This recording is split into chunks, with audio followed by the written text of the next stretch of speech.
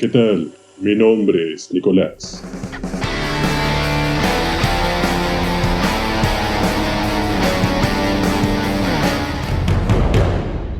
Les doy la bienvenida a la emisión número 17 de Hablemos desde la Parapsicología.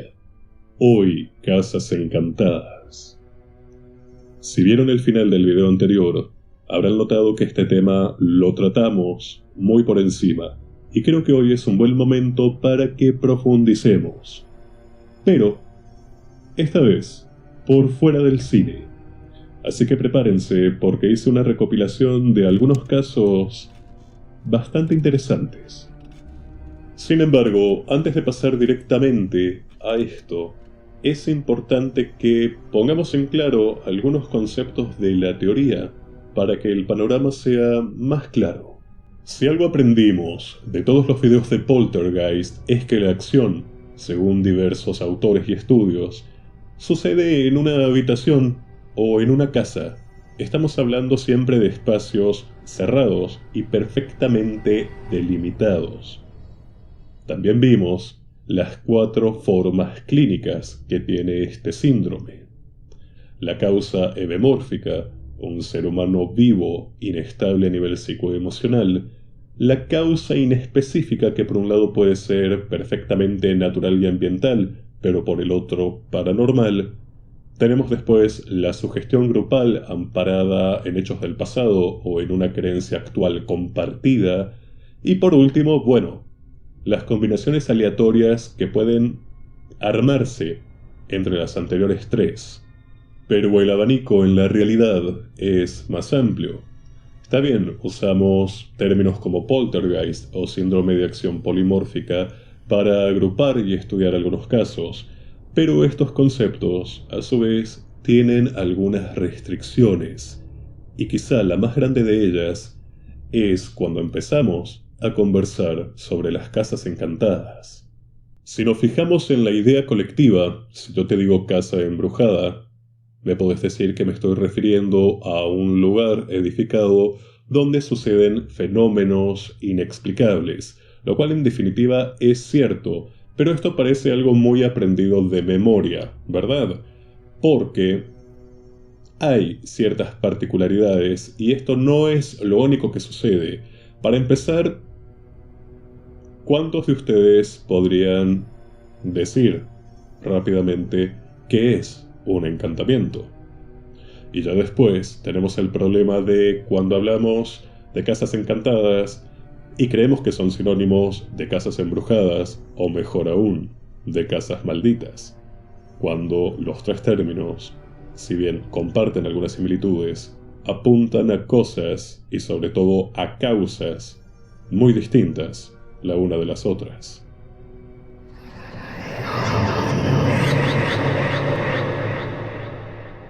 Empecemos desde lo general. ¿Qué es una casa encantada? En efecto, es una edificación donde suceden fenómenos inexplicables que pueden ser constantes y permanentes o actuar en ciclos, ya saben, periodos de actividad intercalados con periodos de tranquilidad o de letargo. Pero, cuando pensamos en casas encantadas, siempre es más fácil relacionarlo con los fantasmas. Y la verdad es que, en la gran mayoría de los casos de este estilo, no hay entidades presentes. Y en los pocos donde sí, los fantasmas la verdad que tampoco pueden ser utilizados de excusa ni de provocación, ¿verdad? Sino que simplemente son seres que se han visto atraídos hacia el lugar. Pero ¿qué es lo que les atrae? Hay espacios donde las causas de que estos fenómenos se despierten y sucedan son completa y perfectamente naturales, lo que significa que no precisan de una intervención humana, al menos no directa, para ser verdaderos lugares encantados. Entonces, un encantamiento como tal no es un hechizo, no es una maldición, no es un acto de brujería, es una condición completa y totalmente natural. Y esa es la explicación. Si se esperaban algo más sorprendente, lo siento, pero vamos a seguir profundizando porque de verdad es un tema interesante. Hoy por hoy se habla en todas partes y a cada momento de energías, de vibraciones o, para ahorrar un tiempo incalculable, de vibras. Ok, nadie se detiene a otorgarle un significado, ¿verdad? Si bien sabemos por el diccionario qué es energía, qué es una vibración, qué clases de vibraciones existen, lo utilizamos de una forma muy abstracta para decir, esta persona tiene una vibra espantosa, o esta persona es genial, tiene una energía tan positiva, tan linda, pero vamos a dejar a la gente de lado, porque esto también lo podemos aplicar a lugares. Y ahí es donde esto se pone más interesante. Pero para empezar, vamos a dejar afuera de esta conversación que estamos teniendo a cualquier religión y a cualquier aspecto espiritual. Hoy vamos a hablar exclusivamente de parapsicología. ¿Qué pasa cuando entramos a un lugar y decimos, me siento tranquilo, cuando estoy acá me siento feliz, me siento relajado, me siento protegido, o cuando al contrario es llegar a determinado sitio y lo que más queremos es salir corriendo o incluso vomitar? Si pensamos bajo estos términos, tenemos un espectro bastante claro. En un extremo todo aquello que es positivo, mientras que en el otro está justamente lo contrario, todo aquello que es negativo. Pero, entre medio de estos dos puntos, también existe algo. Tenemos una escala de grises que son neutros. A veces un poco mejores y a veces un poco mejores. Pero lo importante es que son espacios que no emanan un algo en particular y son los espacios que más abundan sobre esta tierra y donde podemos desarrollar nuestras actividades humanas de forma completamente normal. Ni en el placer ni tampoco en el displacer, aunque si pudiéramos elegir, evidentemente nos iríamos para este sector, pero ante la ausencia de cantidad de lugares así, el neutro tampoco está tan mal. Es cierto que con el paso del tiempo, con el paso de habitar un lugar, los seres humanos, con nuestra propia energía, con nuestra propia vibración, vamos a terminar de reconfigurar la vibración propia y natural de ese lugar. Dependerá de nuestro carácter también y de nuestra intención hacerlo hacia un lado o hacia el otro.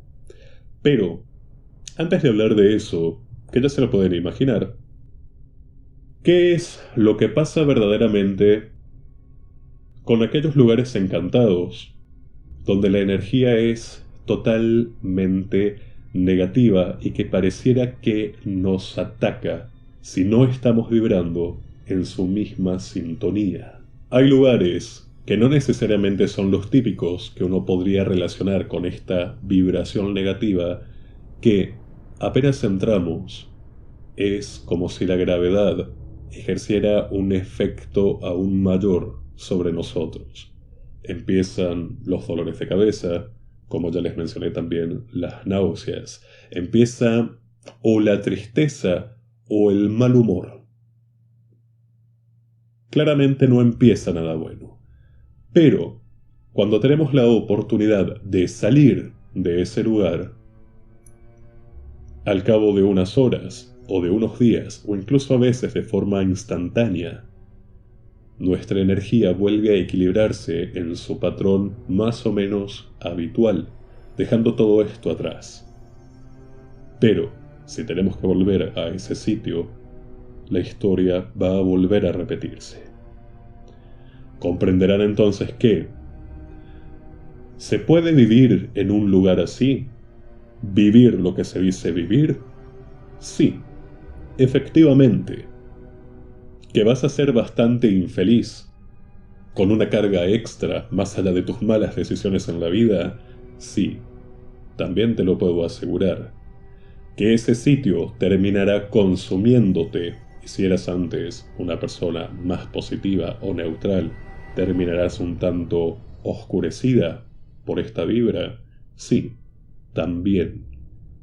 Entonces, ahí tenemos también otro punto muy importante. Si supieras todo esto de antemano, quisieras vivir donde vivís. Si retomamos esta cuestión moderna de la sensibilidad a las vibraciones, quiero que sepan que no es un invento de esta época. Histórica y arqueológicamente hablando, nuestros antepasados ya tenían este espectro bastante bien determinado. En las zonas neutrales llevaban sus vidas cotidianas. Las zonas más positivas de una carga energética de ese estilo eran utilizados con fines litúrgicos, religiosos, espirituales e incluso como lugares de parto y nacimiento. En cambio, había otro sector donde no querían acercarse porque detectaban con su sensibilidad que existía algo pernicioso y amenazante. No por nada, en muchas culturas,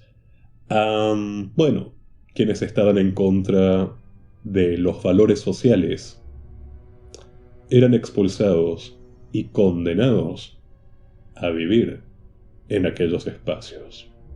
Lo simpático es que si adelantamos en el tiempo los periodos de conquista donde evidentemente no se buscaba respetar, conservar ni preservar nada, esta delimitación de espacios, al menos en un primer momento, sí fue tenida en cuenta en muchos casos, pero no solo como una forma burda de forzar un vínculo positivo al estilo de si acá rendís tributo a tu dios del sol, acá vamos a poner una capilla para facilitar tu evangelización y adaptación al nuevo mundo con todo lo que eso significa.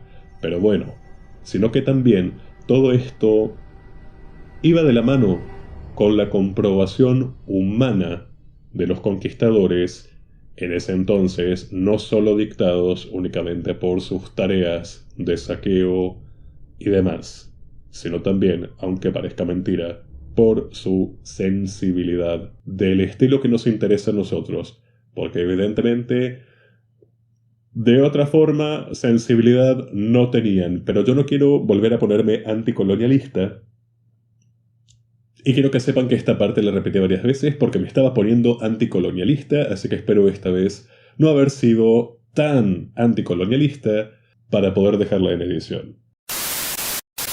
Pero nos entendemos, ¿verdad? Hay lugares que se respetaron y hay lugares que incluso hoy en día, con ese pasado, se siguen respetando. Solo que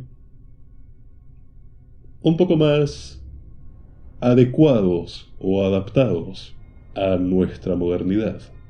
Si miramos hacia el pasado con esta información que muy pocas veces se expresa, vamos a alcanzar, sí, una conclusión bastante común, conocida y habitual. Y es que los aborígenes han tenido y tienen, hoy por hoy, aquellas pocas tribus supervivientes, una conexión especial con la naturaleza. Porque no viven como ocupantes de, sino que se transforman en parte de su entorno, en parte de la naturaleza, y eso los hace muchísimo más sensibles a todas estas energías, vibraciones y señales. Pero ¿qué pasa con nosotros? No es que no tengamos esta capacidad, pero sí que la hemos relegado bastante. Nuestra vida es muy agitada, muy vertiginosa y el mundo va cambiando constantemente ante nuestros ojos, pero sobre todo ante nuestras pantallas. En definitiva, estamos alejados en gran parte de la naturaleza, porque la vemos únicamente hoy en día como un destino vacacional, ocasional, o como un sitio de posible futura expansión urbana, que no nos vamos a meter en si está mal o si está bien. Pero si pudiéramos acercarnos un poquito más a ella, también podríamos notar toda esta clase de frecuencias y hacer que nuestras vidas también sean mejores. Pero no vamos a cambiar el mundo esta noche. En definitiva, más allá de todo este aturdimiento de nuestros sentidos que constantemente están recibiendo información y en su gran mayoría innecesaria, vamos a reconocerlo, nuestra sensibilidad sigue en algún lugar esperándonos e indicándonos muchas veces a dónde ir y de dónde tenemos que irnos. En el caso de América Latina tenemos mitos y leyendas positivas referidas a esta clase de lugares que, en el mejor de los casos, hoy por hoy se conservan casi inalterados, pero hay otros que sí, bueno, metimos las manos, construimos sobre ellos, y qué casualidad que son espacios que hoy por hoy también están destinados a la religiosidad o a la espiritualidad de las personas, sin importar de qué corriente espiritual y religiosa estemos hablando. En el caso de Argentina, puntualmente tenemos la Basílica de Nuestra Señora de Luján, donde la energía, según quienes viven en torno a esta edificación y a quienes van de turistas, es extremadamente positiva y casi te diría descrita como acogedora, lo cual me parece bastante bonito, pero no tiene que ver como tal con la basílica o lo que representa ante nuestros ojos esta edificación en particular. Busquen qué clase de actividades eran llevadas a cabo en ese espacio antes de existir la basílica y, de ser posible, váyanse bastantes siglos hacia atrás y se sorprenderán al encontrar que, bueno, también era un lugar de culto como tal, porque era un lugar encantado y es hoy en día un lugar encantado positivo. Vamos a recapitular sacando de lado el anticolonialismo, la arqueología, la historia y también la ecología. Vamos entendiendo hasta ahora este concepto o esta idea de sensibilidad a ciertas energías o vibraciones. Una casa encantada justamente es un lugar donde nuestra sensibilidad nos indica que la energía presente es completa y totalmente negativa, y es esta energía la que propicia la aparición y el desarrollo de fenómenos inexplicables, sin interferencia humana, lo que significa: la casa estuvo encantada antes de tu llegada y cuando vos te vayas de ella va a seguir encantada, y los fenómenos van a seguir sucediendo porque dependen de causas ambientales, no de otro estilo de causas. Pero, si hasta ahora no se perdieron, estarán de acuerdo con que es un completo y total error decir casas encantadas. Porque no es la casa, no es la edificación la que tiene encanto, y no justamente de conocerte. Es el lugar, es el terreno, es el espacio. Y encima, no sabemos qué cantidad de área puede cubrir un encantamiento. Podría ser un espacio muy reducido, como podría ser cuadras y cuadras y cuadras. No termina siendo delimitado por una edificación. No termina siendo delimitado por el ser humano. Y no puede ser corregido o cambiado por el ser humano. Quizá, si fuéramos un poco más conscientes y nuestras necesidades edilicias fueran un poco diferentes, al entrar en un sector con esa energía, simplemente nos iríamos y dejaríamos a ese espacio completamente en paz. Pero evidentemente no es lo que sucede. ¿Cómo nace entonces un encantamiento? Bueno, con muchísimo tiempo geológico. ¿Cuánto puede durar un encantamiento? años, siglos, meses. Si los factores que lo generan cambian, se ven alterados, el encantamiento como tal acaba. Y esa es la única forma de que un encantamiento como tal termine. Como les dije, y para cerrar este tema, no tenemos mucha información, no hay una receta de un encantamiento de decir, ok, mezclo tales elementos y va a pasar esto. No está. Pero sí podemos determinar, sí podemos analizar un terreno encantado, ver de qué está compuesto y buscar, hacer un experimento de alterar alguno de esos elementos o sustraerlo y ver qué energía comienza a desprender ese lugar. Pero lo que saques de un lado, evidentemente lo vas a mover hacia otro.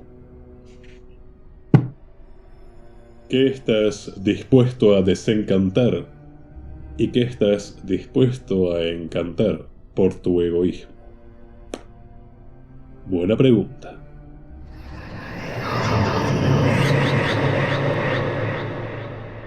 Pasemos al segundo tema de la noche y al sinónimo.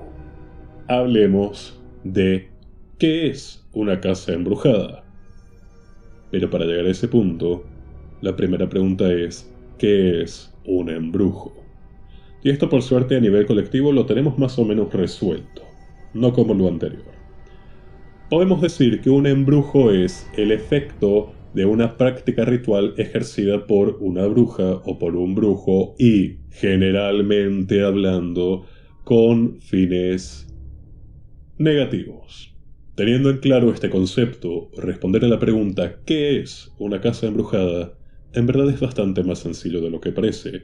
Es una casa, una edificación afectada por las prácticas mágicas hechas o llevadas a cabo por una persona. Pero nada en esta vida es tan simple como parece y ahora tenemos que determinar por qué la casa está embrujada. Está embrujada porque en ella vivió o vive una persona que hace brujerías. O está embrujada no por un residente, sino por alguien que desde afuera busca afectar, ya sea a las personas que viven en ese lugar o al lugar mismo para que, bueno, nadie, ni actual ni futuro, pueda vivir en paz en ese espacio. Entonces, queda en claro que cuando hablamos de casas embrujadas, la causa siempre depende de la acción humana. Me tienen a mí acá como ejemplo. Vivo en este espacio, trabajo en este espacio, hago mis rituales en este espacio, y no importa de qué índole sean los mismos como tal. Cuando yo me muera o abandone este lugar, evidentemente la energía de este sitio, que a priori en un principio era neutral, no va a quedar de la misma forma luego de tantos años con mi intervención. Puede que quede mejor, como puede que quede peor. Dependerá de lo que yo haya hecho y quizá el día de mañana esta sea una casa embrujada. ¿Por qué? Porque trabajé con energías armónicas o con energías inarmónicas. ¿Quién sabe? Claro, ese es el caso completamente fácil y cliché. Una casa embrujada, ¿qué es? Bueno, una casa donde vivió o vive una bruja o un brujo y ya está. Ya sabemos todos lo que nos podemos esperar que suceda. Y cuando llevas más de 15 años viviendo en el mismo lugar y de golpe sentís que la configuración energética del espacio cambió repentinamente para peor, vamos de a poco. Llevas tanto tiempo que sabes que no es un lugar encantado porque ya lo habrías sentido de entrada. Estamos hablando de llevar mucho tiempo en ese lugar. No es un, voy a ver esta casa, a ver si la compro o si la alquilo y digo, ¿No me dan ganas de cruzar el umbral? No, ya lo cruzaste durante 15 malditos años continuamente. Hay alguien, vos, o cualquier persona que viva con vos en ese momento, dedicándose a la brujería o a alguna forma del esoterismo dentro del inmueble. Ruidito. Vamos a decir que no, que tampoco hay. Entonces, tenemos que pensar efectivamente que estás siendo víctima de una brujería y que tu casa está embrujada por un agente humano completamente externo. Externo a la casa como tal, como ocupante. Seguramente no va a ser alguien externo a tu vida social o generalmente amorosa. Quien no ha despertado una buena mañana y ha encontrado en el umbral de su puerta tierra, probablemente del cementerio, pensando, no sé, que quién hizo eso. A mí no me ha pasado nada. Lo siento si creían en esa cuestión de la tierra del cementerio. Yo sigo vivo. Salud no sé si tengo, pero hey, voy resistiendo bastante bien. Después tenemos formas más teatrales. Y no me refiero a dejarte una vela encendida, sino a tirar sobre tu techo, sobre tu tejado, un sapo vivo con la boca cocida esperando que cuando el animal se muera, el ocupante o el propietario de ese lugar también se muera. Cosas muy bonitas. No, ¿verdad? Pero bueno, de verdad sí que suceden. Y yo no quiero ponerme en modo abogado del diablo, pero hay inmobiliarias que persiguen justamente ciertas casas, ciertos inmuebles, que sus dueños no quieren vender, que ante tanta negativa sí recurren a esta clase de servicios para conseguir lo que quieren. Claro, nunca se dice si una vez que lo obtuvieron sacan el sapo muerto o la brujería que hicieron. Eso será sorpresa para los nuevos inquilinos, ¿verdad? Pero bueno, hoy no es el momento donde yo voy a decirles cómo hacer o no brujerías o cómo resolverlas si ustedes son víctimas. Cualquier cosa me contactan por privado y tenemos una charla. Pero así en público, la verdad que yo no tengo ganas. De lo que sí tengo ganas es que dejemos bien marcadas las diferencias entre una casa, terreno, espacio encantado y una casa embrujada. Uno es natural, el otro tiene una interferencia humana. Eso para empezar. Uno es un lugar perfectamente delimitado, el otro no lo sabemos. El embrujo se puede deshacer. El encantamiento no lo podemos deshacer. Podemos hacer un embrujo, pero no podemos hacer un encantamiento, al menos no por ahora.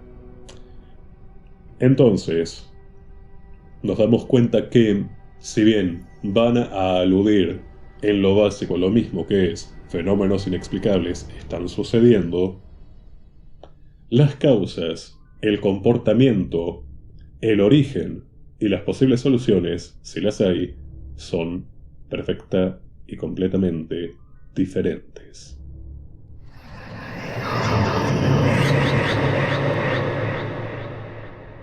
En último lugar, vamos a hablar sobre las casas malditas. Pero primero, ¿cómo se crea una maldición capaz de afectar espacios o casas como tal?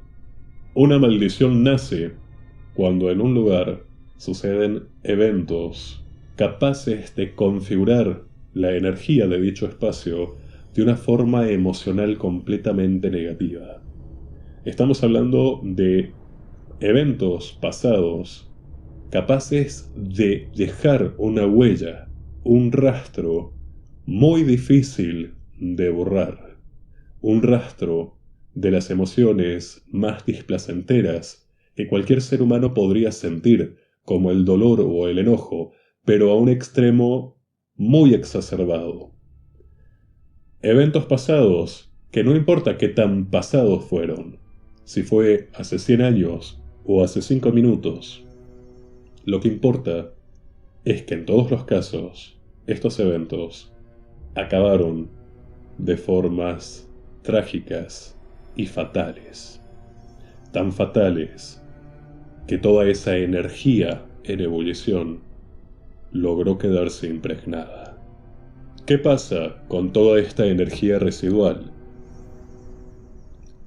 Le damos la bienvenida otra vez a los fantasmas y a los paquetes de memoria, evidentemente tanáticos, porque es lo que son, energía residual. Esta es una gran diferencia con las otras dos variantes. Acá sí podemos hablar de fantasmas, de personas muertas, del rastro que han dejado ante, por ejemplo, un homicidio, ¿verdad?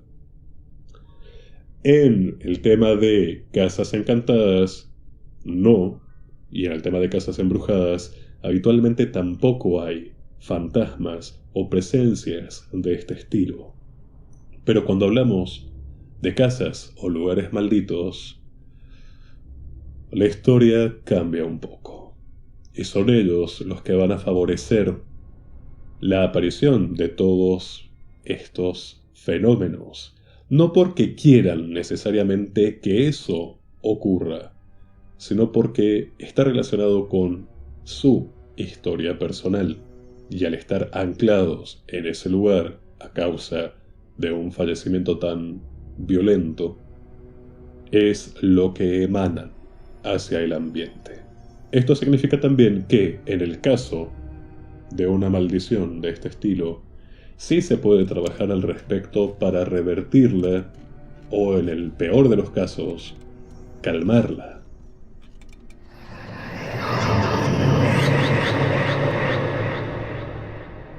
Comprender estos tres conceptos, que son similares pero al mismo tiempo con diferencias muy marcadas entre sí, nos ayuda a entender por qué hoy en día no podemos hablar de un departamento encantado en un edificio, porque evidentemente el encantamiento estaría en el terreno, y el encantamiento afectaría a todo el maldito edificio y no al departamento del piso 13. Por ejemplo, ¿entendemos? Muy bien. ¿Podríamos embrujar todo un edificio? Sí, pero ¿qué trabajo y qué cantidad de tiempo libre? ¿Podríamos dejar maldito todo un rascacielos? Sí, pero no quiero ponerme a sacar cuentas sobre cuántas víctimas harían falta. Pero lo curioso de todo esto es que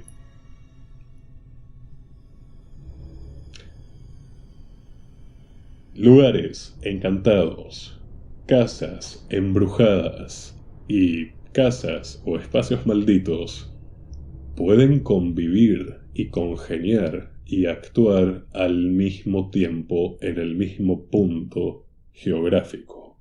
Soy un brujo. Mi sueño por excelencia es encontrar un lugar encantado para aprovechar esa energía. Vamos a suponer que encima me dedico a las prácticas no buenas, entonces voy a pervertir esa energía. Y como ese es mi oficio, bueno, llevar a cabo algunos actos brutales para condenar a determinados espíritus a que tengan que quedarse ahí a mi servicio. ¿No tenemos acaso el caldo de cultivo perfecto? Lugar encantado por naturaleza, un brujo viviendo en él y un brujo que comete ciertas cosas que ya expliqué en ciertos dos videos. Tener mayor información, evidentemente, nos ayuda a poder teorizar de otra forma. Entonces, si hablamos momentáneamente de los Freeling, y créanme, soy la persona sobre la faz de esta tierra que menos ganas tiene de hacerlo, pero bueno, díganme ustedes si consideran que la casa como tal estaba encantada, estaba embrujada o estaba maldita. De paso, debatimos también un poco en los comentarios.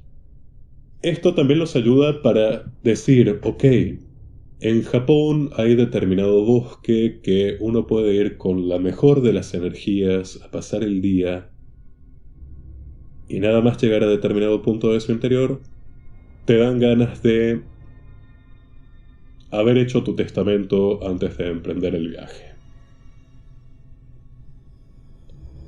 Es un caso real. Bien, ¿qué puede estar pasando en ese sitio? ¿Puede ser un lugar encantado, muy negativo? Sí. Efectivamente es un lugar maldito. Eso ni pensarlo. ¿Un lugar embrujado? No lo creo. En resumen, volvemos al principio de este video. Está muy bien agrupar estas manifestaciones bajo el concepto de poltergeist o de síndrome de acción polimórfica. Pero cuando se habla de aquello que puede ser inespecífico, se abren muchísimas posibilidades que hay que tener en cuenta porque todas son diferentes. Está bien que todo esto de lo que venimos hablando sirve para llevar a cabo una investigación. Pero una investigación es eso, es un relevamiento de pruebas, llevar un registro y poco más. Vamos a determinar con una investigación las causas de lo que sucede, pero no necesariamente cómo resolverlo.